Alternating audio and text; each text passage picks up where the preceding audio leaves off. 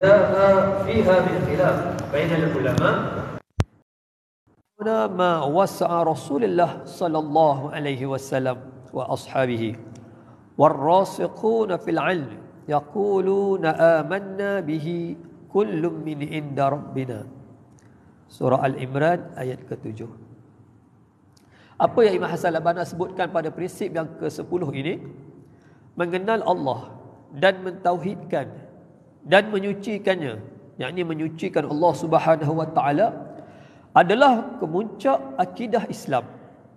Kita mengimani ayat-ayat sifat dan hadis-hadis yang sahih serta apa-apa tasyabuh, yakni penyerupaan yang layak bagi Allah seperti mana datangnya, tanpa mentakwil dan juga tanpa kita mentaktil, yakni menafikan. Kita tidak mendedahkan diri kita kepada sesuatu yang padanya terdapat perselisihan antara ulama. Sudah cukup untuk kita dengan apa yang telah dicukupkan oleh Rasul. Allah berfirman yang bermaksud, dan orang-orang yang mendalam ilmunya berkata, kami beriman dengan semuanya ayat-ayat mutasyabihat daripada Tuhan kami. Surah Al-Imran ayat yang ke-7.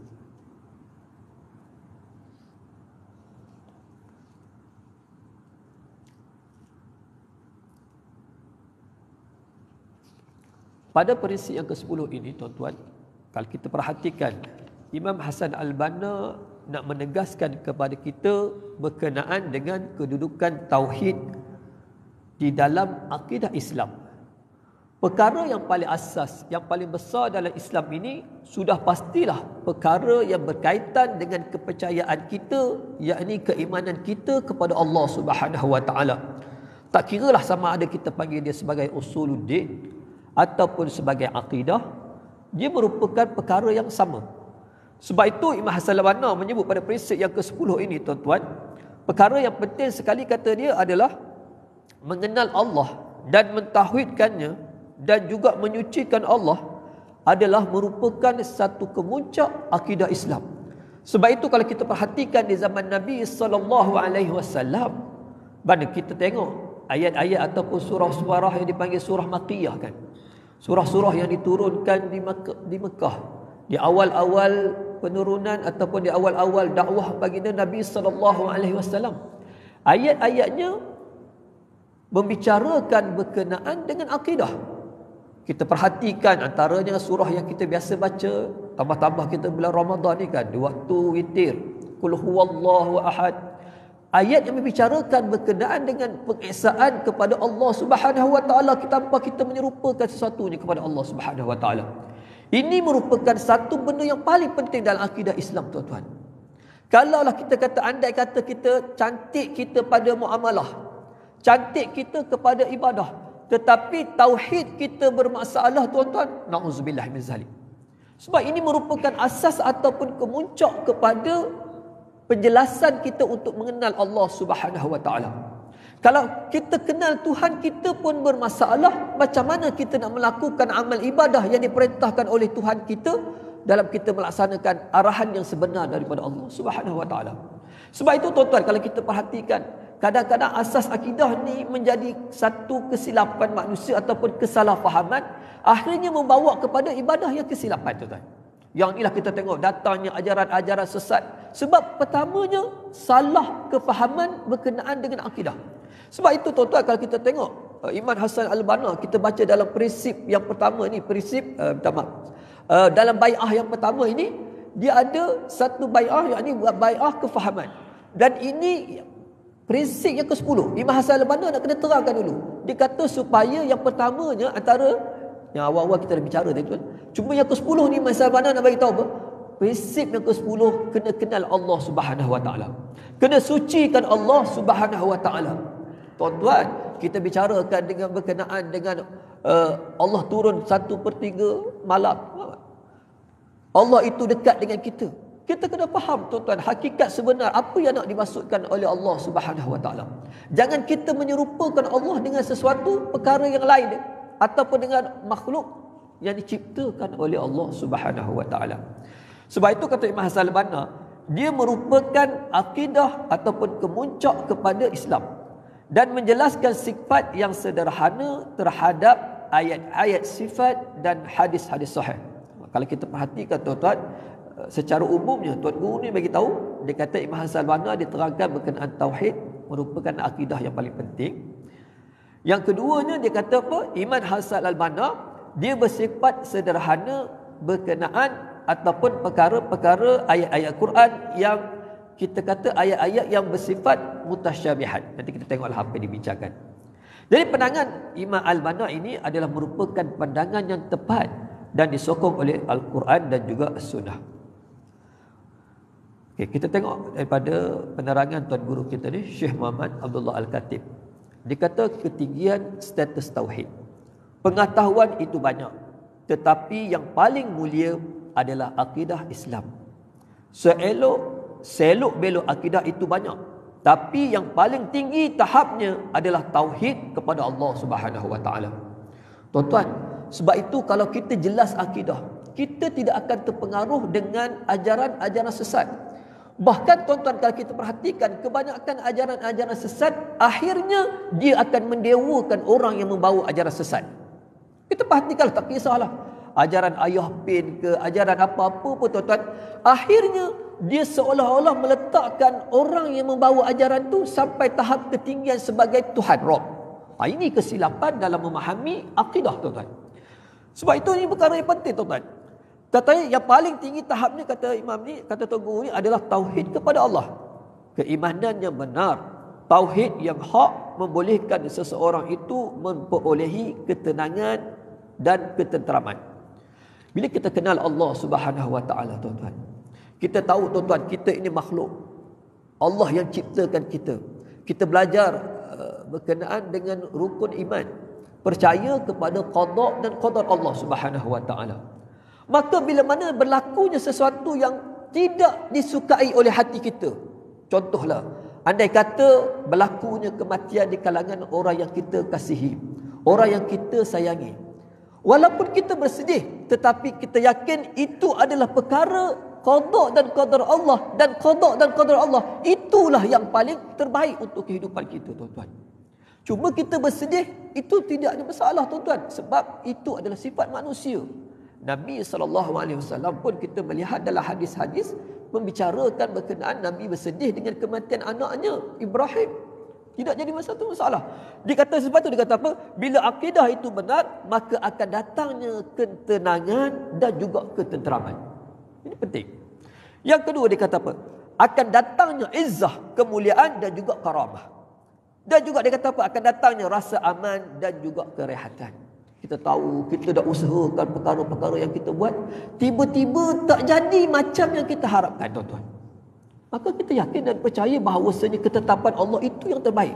Ketika itu kita kata, memang pada pandangan aku ini mungkin yang terbaik, tetapi apa yang Allah tetapkan itu yang terlebih baik tuan-tuan.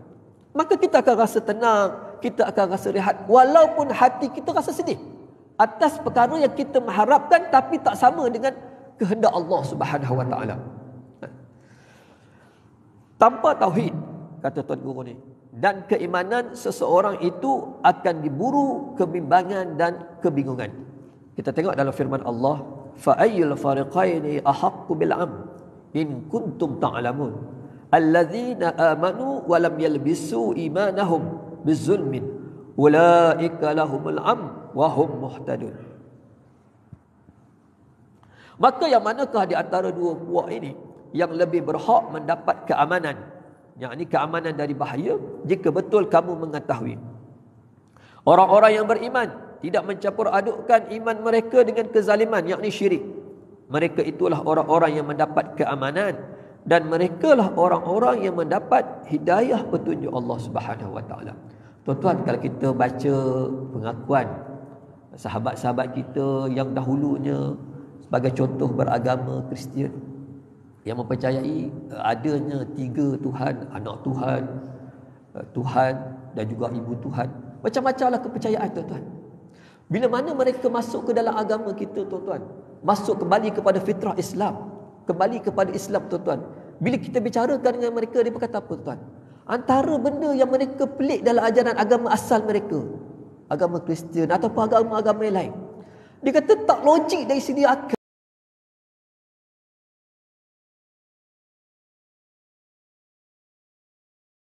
Akan adanya lebih daripada satu Tuhan. Tak logik akal, tuan-tuan.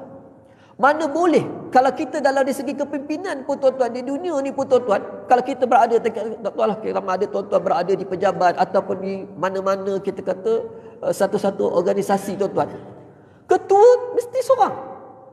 Ini kan pula nak mentadbir seluruh alam yang cukup besar ini tuan-tuan. Mana boleh ada banyak Tuhan. Sudah pastilah satu je. Ini tuan-tuan menunjukkan pada akal orang-orang yang sihat akalnya tuan-tuan, dia akan menolak pemahaman yang mengatakan Tuhan itu lebih daripada satu tuan-tuan.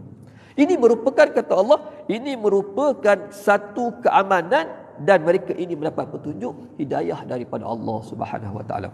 Justru Allah memerintahkan agar mentauhidkannya sebelum segala-galanya. Allah Taala berfirman, "Fa'lam annahu la ilaha illallah." Maka ketahuilah bahawa sesungguhnya tidak ada Tuhan melainkan Allah Subhanahu wa taala. Jadi tuan guru ni tuan-tuan, bila dia letak pandangan Imam Hasan Al-Banna tadi, maka dia letakkan dalil-dalil ayat-ayat Al-Quran yang menceritakan berkenaan bahawasanya tauhid ini adalah perkara yang paling penting. Dia merupakan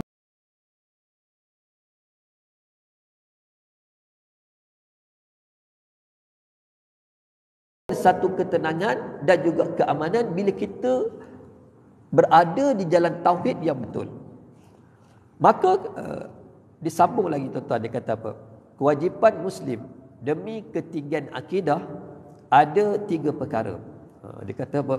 Untuk kita meletakkan ataupun menjadikan akidah ini rasa tinggi, rasa hebat, tuan-tuan, kita kena tahu ada 3 perkara yang penting, dia kata. Yang pertama, kita kenal dengan yakin, bukan dengan cara fikiran, tuan-tuan. Kenal Allah, tuan-tuan, kita kenal sungguh. Kita bicarakan bahawasanya Allah itu maha berkuasa. Kita kenal sungguh bahawasanya kekuasaan Allah itu bilal had, tanpa ada had. Kena yakin sungguh. Jangan kita rasa, betul ke Allah mampu buat begini? Betul ke? Jangan. Kena tahu sungguh bahawasanya kita kata Allah itu ahad, Allah itu esa. Jangan kita meletakkan, ada lagi pandangan lain yang mengatakan ada lagi Tuhan yang boleh mengatasi Allah Subhanahu wa taala. Kenal sungguh, tuan-tuan. Dia kata kena kenal dengan yakin. Maka ketika itu kita akan rasa, inilah ketinggian dan juga keizahan Islam, tuan-tuan. Jangan kita hanya agak-agak berfikir-fikir. Tak boleh. Berakidah kena jelas, tuan-tuan. Kalau kita baca Allah Subhanahu wa taala itu bersifat qudrah, bersifat Allah itu bersifat al-qahar. Allah itu bersifat sifat-sifat yang layak bagi Allah. Kita kena tahu sungguh. Kita kata Allah itu laisa kamitslihi syai'. Kita kena kenal betul. Jangan kita menyerupakan Allah dengan sesuatu apapun. Jangan. Walaupun ada ayat-ayat mutasyabihat, jangan. Maknanya kita kena bersihkan Allah daripada sesuatu yang menyerupai makhluk, tuan-tuan. Laisa kamitslihi syai'an. Dia kata apa? Yang pertama, kena kenal yakin Allah itu macam mana? Bukan dengan cara fikiran. Yang kedua, dia kata apa? Untuk mendapatkan ketinggian akidah, dia kata apa? Tauhid yang sebenar tanpa ragu-ragu. Kita percaya kepada rukun iman yang kita belajar masa kecil-kecil dulu, tuan-tuan. Percaya sungguh, tuan-tuan. Kita kena percaya pada adanya hari kiamat. Maknanya percaya sungguh, tuan-tuan. Bila mana kita baca dalam ayat Al-Quran, fa iza ja'atis saqah, kan? Ayat Allah sebut. Apabila datangnya tiupan sangkakala yang kedua, kan? Tiupan sangkakala yang akan menghidupkan balik kita daripada kita mati. Semua makhluk akan dibangkitkan. Bila kita baca ayat itu, tuan-tuan, maka kita kena percaya bahawasanya kita ini mati dan sampai satu ketika kita dibangun kembali oleh Allah Subhanahu wa taala. Yauma yafirrul mar'u min akhi wa ummihi wa abihi wa sahibatihi wa banihi likulli imri'in minhum yawma izin sya'nu yughnihin. Allah kata dalam surah An-Nisa, tak silap saya. Allah kata apa? Apabila ditiupkan sangkakala yang kedua, manusia itu dia akan bangun, kemudian fa iza ja'atis saqah yauma yafirrul mar'u min akhi. Maka ketika itu manusia akan lari daripada adik-beradik dia. wa ummihi wa abih, daripada mak dan juga ayahnya, wa sahibatihi wa banih, daripada isteri dan juga anaknya. Likulli imri'in minhum yawma izin sya'nun yu'ni. Sebab apa? Sebab hari itu kita di masing-masing disibukkan dengan urusan masing-masing. Bila kita baca ayat ini tuan-tuan, kita kena percaya bahawasanya sampai satu ketika mana kita dibangkitkan di mahsyar, semua kita dengan sibuk urusan masing-masing. Saya dengan urusan saya, tuan-tuan dengan urusan tuan-tuan. Bahkan kalau kita baca dalam hadis yang Nabi sebut apa tuan-tuan? Tuhsyaruna hufatun uratun ghurla, kan? Kita dibangkitkan tanpa pakaian, tanpa sandal, tanpa pakaian, tanpa bersunat. Hadis yang Nabi sebut tu, seorang wanita bertanya kepada Nabi, wahai Rasul, jadi macam mana nanti ayat bersuruna ba'duna ba'duna? Tidakkah nanti kita akan saling melihat satu sama lain? Dah bangun tanpa pakaian, bangun tanpa bersunat, bangun tanpa sandal. Maknanya bangun-bangun tanpa apa-apa. Apa yang Nabi sebut tuan-tuan? Likulli mri'im minhum yawma izin sya'nun yu'ni. Setiap manusia pada hari itu disibukkan dengan urusan masing-masing. Kena yakin betul tuan-tuan. Bila kita baca ayat ni, kita yakin betul bahawasanya nanti kita dibangkitkan dalam keadaan tanpa pakaian. Kemudian kita masing-masing sibuk. Orang yang berada di sebelah kita pun kita tak sempat nak kenal masa tu. Tak sempat nak jeling-jeling. Sebab apa? Kita melihat dalam hadis yang Nabi sebut, kata apa? Bila kita melihat di hadapan kita, hanya nampak neraka Allah Subhanahu Wa Taala. Bila kita pandang di sebelah kanan kita, kita nampak apa? Amalan-amalan kebaikan kita. Bila kita menghadap ke sebelah kiri, apa yang kita nampak adalah amalan-amalan kejahatan kita. Ini semua tuan-tuan kena yakin sungguh. Tak boleh ragu-ragu, tak boleh sungguh. Kena yakin sungguh. Yang ketiga kata dia, i'tiqad bahawa yang sempurna hanyalah Allah dan mencucikannya daripada segala sifat kekurangan. Ini juga merupakan, kata Tuan Guru ini, merupakan ketinggian akidah. Dia kata apa? Dia kata ini juga merupakan sebahagian daripada melambangkan ketinggian akidah kita. Kita mesti yakin dan percaya bahawasanya Allah itu bersifat sempurna. Tidak ada kekurangan daripada sifat Allah Subhanahu Wa Taala. Bahkan Allah sebut dalam hadis tuan-tuan, ya ibadi law anna awwalukum wa akhirukum wa insakum wa jinnakum kanu sa'idan. Hadis tu panjang, saya ambil sikit tuan. Allah kata apa? Antara terjemah dia, wahai hamba-Ku daripada golongan jin dan manusia yang awal-awal dan yang kemudian, kalau semuanya bermohon kepada Allah, berhimpun di suatu padang, kemudian dia bermohon, minta dengan Allah, fas'aluni, maka Allah kata dan aku bagi pada dia, itu tidak mengurangkan apa yang ada di sisi aku seperti mana jarum yang dicelupkan ke dalam laut.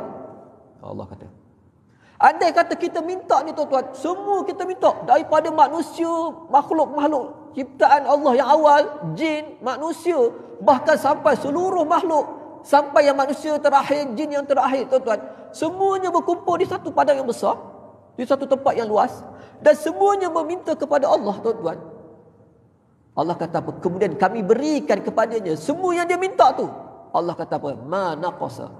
Dia tidak mengurangkan apa yang ada di sisi kami, seperti mana seolah-olahnya Allah kata apa? Seperti mana kalau kita celupkan jarum di dalam satu laut yang besar, yang luas. Tidak kurang. Tuan-tuan bayangkan kita ambil jarum, celup dalam gelas. Ada kesan tak pada air? Tak ada. Tambahkan pula kalau kita celup jarum pada lautan, lagilah tidak ada kesan kepada lautan itu. Nak menceritakan bahawasanya sempurnanya sifat Allah Subhanahu Wa Taala. Bila kita bicarakan berkenaan dengan sifat sempurna Allah, kita tak boleh menafikan tuan-tuan. Kita ini hamba dan banyak benda yang kita tak tahu. Allah kata apa? Kami tidak berikan kepada kamu illa qalil. Tidak berikan kamu ni ilmu melainkan sikit je. Dengan sikit ini pun tuan-tuan kita dah rasa hebat. Kita dah mampu mencipta kapal terbang, kita mampu mencipta roket, bahkan kita sampai boleh menghantar manusia luar daripada planet bumi ni, kita kata. Itu baru qalil. Bayangkan kalau Allah berikan bagaimana ilmu Allah tu lebih besar tuan-tuan. Wallahu alam.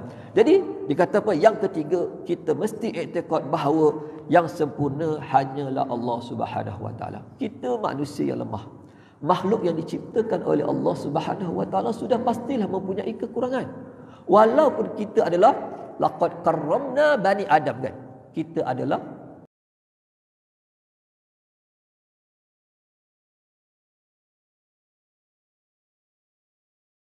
makhluk ciptaan yang Allah paling muliakan kita.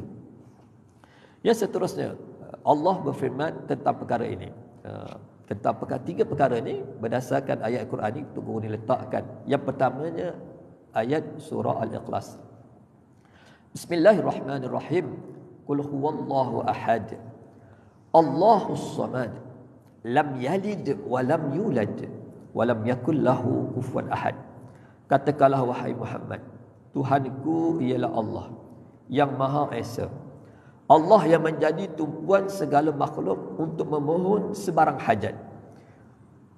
Ia tidak beranak dan dia tidak pula diperanakkan. Dan tidak ada sesiapa pun yang serupa dengannya. Tuan-tuan, kalau akidah kita kukuh tuan-tuan, kita akan menjadi seperti mana keluarga Yasir. Tuan-tuan, di awal-awal Islam kita tahu Nabi berdakwah dalam keadaan sembunyi lebih kurang 3 tahun. Kemudian Nabi berdakwah secara terang-terangan. Dan antara manusia yang Allah berikan hidayah awal adalah keluarga Yasir, kan? Keluarga Yasir. Bahkan tuan-tuan, mereka ini keluarga yang kita kata sebagai hamba lah. Bila mana tuannya tahu tuan-tuan, mereka ni diseksa, sampailah sampai satu tahap tuan-tuan, keluarga Yasir ini tuan-tuan, Yasir mati, dibunuh. Maknya pun mati, dibunuh. Bila Nabi lalu tuan-tuan, ketika keadaan mereka diseksa tu tuan-tuan, Nabi kata apa? Sabran ya ali Yasir, fa inna lakumul jannah, atau kama qala. Sabarlah wahai keluarga Yasir, syurga untuk kamu. Orang yang akidahnya kuat tuan-tuan, dia yakin bahawa Nabi bagi tahu wa ma yantiqu anil hawa in huwa illa wahyu yuha, kan. Tiadalah yang disampaikan oleh Nabi melainkan itu wahyu daripada Allah. Bila Nabi sebut kepada mereka tuan-tuan, sabar keluarga Yasir, sesungguhnya kamu akan dapat syurga. Mati mereka tuan-tuan, mempertahankan akidah. Tak senang tuan-tuan nak sampai tahap tu tuan. Susah sebenarnya. Mampu mati kita tuan-tuan, letih sikit pun kita rasa dah. Ini tuan-tuan mati tuan-tuan, mempertahankan akidah demi mempertahankan akidah kerana Allah Subhanahu wa taala. Jadi sampai begitu tahap. Ini yang diajarkan oleh Nabi kepada sahabat-sahabat, dan keyakinan sahabat-sahabat itu tuan cukup tinggilah. Itu dia kata sampai mereka sanggup mati dalam mempertahankan agama Allah Subhanahu wa taala. Bahkan tuan-tuan, kalau kita tengok dalam peperangan Uhud, sahabat-sahabat mengelilingi Rasulullah sallallahu alaihi wasallam kan. Dalam ketika perang yang berkecamuk, sahabat-sahabat ini mengelilingi. Antaranya Talhah bin Ubaidillah dan banyaklah sahabat-sahabat lain. Putus tangan dia tuan-tuan mempertahankan Nabi dalam peperangan itu. Apa sebabnya mereka boleh jadi begitu tuan? Sebabnya akidah mereka cukup jelas. Akidah mereka cukup clear bahawasanya matinya mereka di dunia, mereka akan dapat syurga Allah yang tinggi di sisi Allah Subhanahu wa taala. Clear. Makna saat itu mereka tak ada apa dah tuan-tuan. Mati di dunia, matilah. Kalau tak mati dalam perang, mati dalam atas katil, sama mati dia. Tetapi mati dalam perang bagi sahabat-sahabat merupakan satu kemuncak atas keimanan mereka kepada Allah Subhanahu wa taala.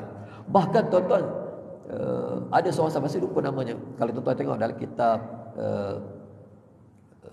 Waja'a Sakratul Maut tuan-tuan, ada disebutkan satu kisah seorang sahabat yang ketika mana dalam keadaan perang ni tuan-tuan, dia minta sebelum dia masuk dalam kekecamukan perang itu tuan, dia minta berdoa kepada Allah Subhanahu wa taala. Wahai Tuhanku, dia kata apa? Pada hari ini berilah aku untuk bertemu satu musuhmu yang cukup garang, yang cukup ganas, yang cukup bencikan Islam. Kemudian akhirnya aku berlawan dengan dia dengan sekuat tenaga aku. Kemudian dia berjaya membunuh aku sampai dia memotong hidung aku, telinga aku, bahkan mencungkil mata aku. Kemudian bila mana aku mati dan engkau bangkitkan aku, kata ni sahabat ni, doa dia ni, maka ketika itu aku boleh berkata kepadamu, wahai Tuhan, mengapa wahai bila mana Tuhan bertanya kepada aku, mengapa kamu jadi begini? Dia akan kata, sahabat kata, bahawasanya wahai Tuhan, inilah kesaksian aku, keimanan aku kepadamu ya Allah. Sanggup mati dan sanggup begitu Tuhan nak menceritakan bahawasanya atas usaha dia nak mentauhidkan ataupun nak memuliakan Islam, dia sanggup mati dalam keadaan begitu. Ini keyakinan tuan-tuan, bukan senang nak dapat begini. Yang seterusnya, ayat lain. Laisa kamislihi syai' wa huwas sami'un alim. Tiada satu pun yang sebanding dengan zatnya, sifatnya dan pentadbirannya, dan dialah yang maha mendengar lagi maha melihat. Maknanya dekat sini kita dah sebut tadi, maknanya jangan kita menyerupakan Allah Subhanahu Wa Taala dengan apa-apa pun makhluk yang diciptakan oleh Allah Subhanahu Wa Taala. Walaupun ayat-ayat mutasyabihat nanti tak perlu nanti kita bacalah penerangan Tuan Guru ni berkenaan dengan ayat-ayat mutasyabihat. Cuma secara umumnya tuan-tuan, hadis-hadis yang menceritakan berkenaan yang kita kata seolah-olah hadis yang bahasa tu seolah-olah bahasa menggambarkan Tuhan itu seperti bentuk makhluk, jangan kita bayangkan seperti itu tuan-tuan. Wallahu a'lam. Nanti kita bincanglah, ada perbincangan di dalam ni dan tuan-tuan pun mungkin biasa berbincangan berkenaan ni. Sama ada pandangan daripada salaf ataupun pandangan daripada khalaf. Yang penting akidah kita clear tuan-tuan. Jangan kita menyerupakan Allah dengan sifat-sifat makhluk yang diciptakan oleh Allah Subhanahu Taala. Itu satu benda yang batil tuan-tuan. Jangan sampai kita meletakkan Allah tu sama macam makhluk. Allah tu bercakap macam kita bercakap. No. Jadi kita tengok perbincangan kita nanti tuan-tuan. Kerana Tuan Guru ni dia kata, dia letak sikit. Kerana ruangan ini tidak mungkin cukup untuk mempericikannya. Dia kata, maka aku nyatakan dengan ringkas. Dia kata kalau nak cerita semua berkenaan dengan akidah ni banyak benda lah, dia kata. Cuma bab di sini dia nak bagi tahu bahawasanya Imam Hassan al-Banna bagi tahu pentingnya kita mentauhidkan Allah, mensucikan Allah dengan sebenar-benar. Dan tauhid merupakan satu kemuncak dalam akidah Islamiah. Jadi dia kata apa? Kalau aku nak cerita semua ni berkenaan tauhid, tak sesuai, kitab ni bukan cara dia. Tuan-tuan nak boleh baca tengok kitab-kitab yang lain lah. Jadi secara ringkasnya dia kata, aku nyatakan secara ringkas, siapakah yang menghidupkan umat Islam setelah mati? Ini dia nak bagi kita berfikir tuan-tuan. Kalau kita mati nanti tuan-tuan, siapa yang akan hidupkan kita nanti? Fikir. Sudah pastilah Allah Azza wa Jalla. Ini secara ringkas. Bahkan mana-mana makhluk yang mati tuan-tuan, yang akan menghidupkannya siapa? Jawapannya Allah Azza wa Jalla. Tidak ada yang lain melainkan Allah Subhanahu wa Taala. Ini secara ringkas. Mana kena faham gitu dia kata. Yang kedua, apakah yang membangunkannya selepas tidur? Selepas kita tidur tuan-tuan, malam kita mengantuk atau tak kisahlah siang waktu ceramah kita mengantuk, tak ada masalah. Tapi waktu kita tidur tu tuan-tuan, kemudian kita bangun, siapa yang membangunkan kita? Adakah diri kita yang membangunkan diri kita tuan? Atau macam mana tuan-tuan fikir? Dia suruh kita fikir tuan-tuan. Apakah yang membangunkan selepas kita tidur? Apa tuan-tuan? Bangun, kita bangun tuan-tuan, buka-buka mata, dah pukul 4 pagi contohlah. Siapa yang membangunkan kita? Ni, kita kena clear. Yang ketiga, apakah yang memarakkannya setelah padam? Kita kata kalau api lah, kemudian bakar api itu, kemudian bakar, kemudian dia marak kembali dan kemudian padam. Siapa yang uruskan tu? Kita hanya buat je, kita letak cucuh. Dan boleh jadi kadang-kadang kita cucuh tu api tu tak boleh marak pun, tak boleh naik pun, bahkan tak hidup pun kan? Tapi kadang-kadang tiba-tiba dia marak. Bahkan kadang-kadang kita tak minta pun tuan-tuan, berlaku rumah terbakar, bangunan terbakar, tak minta pun. Siapa yang memarakkannya? Sudah pastilah ada satu kuasa yang besar, dan kuasa itu adalah yang mentadbir seluruh alam, yakni Allah Azza wa Jalla. Yang keempat, apakah yang memberikannya kemuliaan setelah kehinaan? Tuan, ada manusia tuan-tuan kita tengok, sebagai contohlah, kita tidak nak letak seseorang. Sebagai contoh kita kata Muammar Gaddafi tuan-tuan. Muammar Gaddafi pernah dia duduk tahta kekuasaan. Berapa lama dia berkuasa di negara dia, di Libya. Akhirnya dia jatuh. Bahkan tuan-tuan kalau kita tengok video orang rakam, nyorok dalam satu lubang yang sempit, kemudian ditarik keluar, kemudian orang sorak-sorak dalam keadaan seolah-olah dia ni macam, kalau kita tengok video tu, ya Allah, macam dia ni seorang yang biasa dalam keadaan mulia tiba-tiba hina macam itu keadaannya. Kita tak nak bicara lah berkenaan dengan isu apa, tapi seorang yang pernah berada di atas kemudian hari ini berada di bawah dalam keadaan orang tengok orang nak bunuh dia ketika tu. Sama juga Saddam Hussein, tuan-tuan. Ini yang berada di hadapan mata kepala kita. Sama juga, tuan-tuan, khalifah yang mentadbir ketika mana jatuhnya kerajaan di Baghdad ketika itu.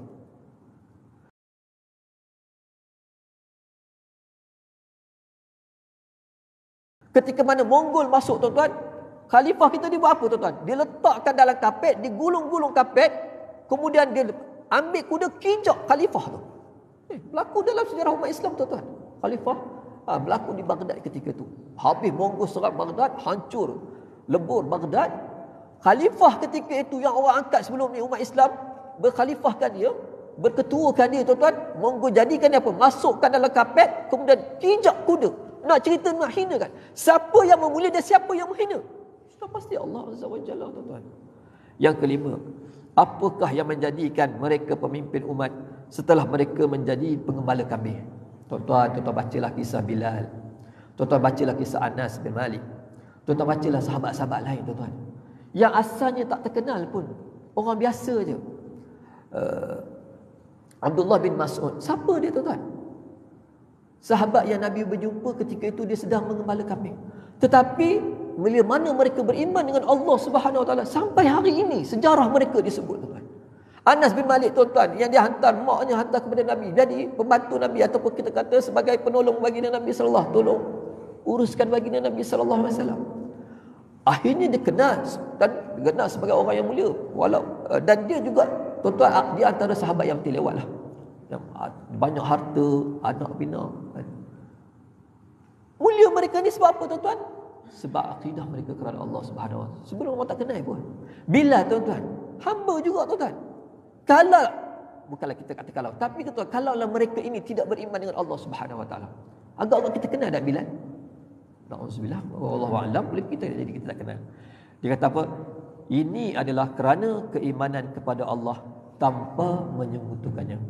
Jadi dia kata semua benda ni, tuan-tuan, perkara yang paling penting bila kita mempercayai dengan kita mempersaksikan bahawasanya Allah itu Tuhan yang Maha Esa, Allah itu Tuhan yang mencakupi segala kekuasaan, maka ketika itu kita yakin sebenar-benarnya, maka kita akan diangkat mulia oleh Allah Subhanahu Wa Taala. Sebab itu, tuan-tuan, kita kena jaga anak-anak kita hari ini, tuan-tuan.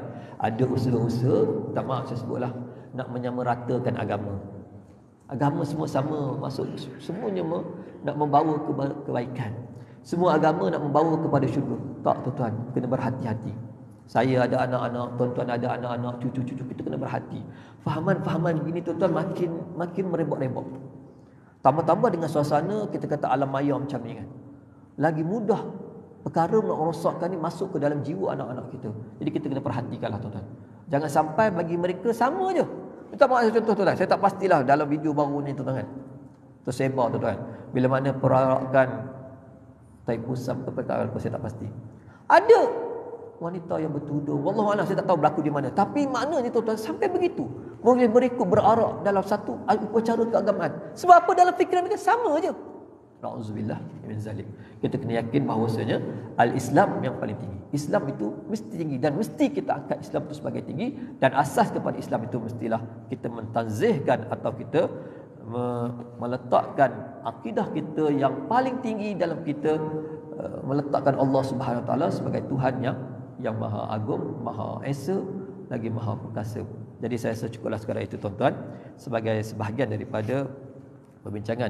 Panjang lagi kitab ni, tuan-tuan, berkenaan prinsip yang ke-10 ni panjang. Jadi kita cukup sekadar itu, tuan-tuan, mengisi masa kita ini. Moga-moga dia menjadi sebahagian daripada amalan-amalan kebaikan kita di sisi Allah Subhanahu Wa Taala.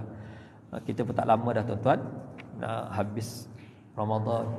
Jadi banyak-banyaklah kita sal rabbak al-afu wal-afu. Mintalah kepada Tuhan keampunan dan juga keselamatan di dunia dan akhirat. Nabi pesan kepada kita, kan, mintalah keampunan kepada Allah.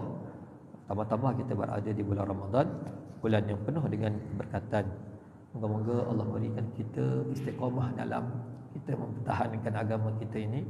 Moga-moga Allah kekalkan hati kita ini tuan-tuan dalam keadaan kita beriman kepada Allah Subhanahu Wa Taala sampailah ke akhir hayat kita, dan kita doakan anak-anak kita, rakan-rakan kita, sahabat-sahabat kita, bahkan kalau kita mengharapkan seluruh umat beriman dengan Allah Subhanahu Wa Taala. Jadi cukuplah sekarang ini, kita berhenti di sini. Mohon maaf terlanjur bicara, terkasar bahasa. Aku liqauli hadza wa astaghfirullah li wa lakum. A'udzubillahi minasyaitonirrajim. Bismillahirrahmanirrahim. Alhamdulillahirabbil alamin wassalatu wassalamu ala asyrafil anbiya'i wal mursalin wa ala alihi washabbihi ajma'in.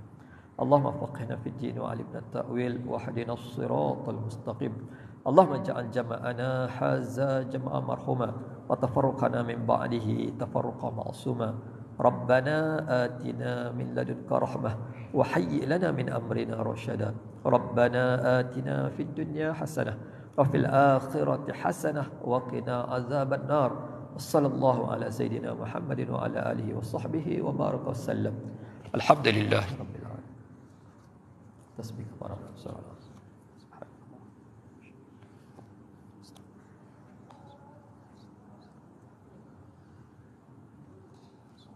Assalamualaikum warahmatullahi wabarakatuh.